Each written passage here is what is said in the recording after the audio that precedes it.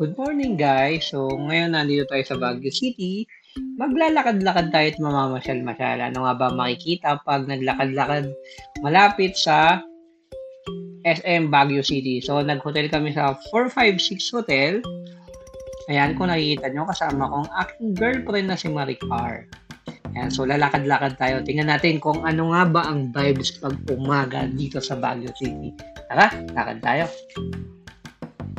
Ayan guys, so nakakita kami ng strawberry na taho dito. Ang social ni Kuya, tingnan nyo, naka-motor pa. So, 50 pesos yung strawberry taho. May totoong strawberry siya.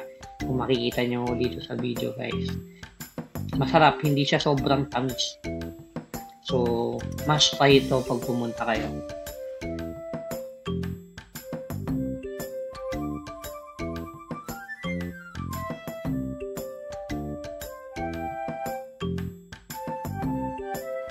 Ayan, so ngayon, tapos na kami mag-taho, paakyat kami.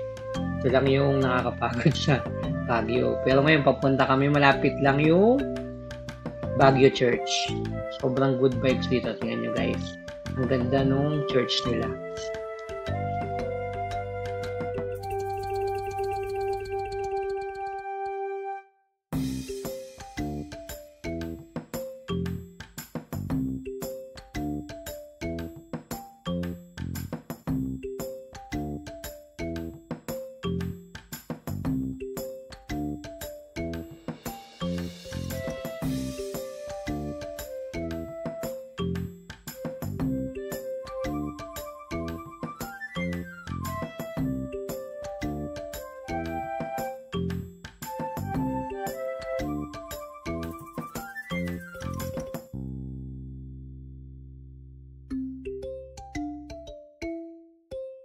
And guys, kita ulit tayo sa susunod na vlog sa pamamasyal natin sa Baguio City.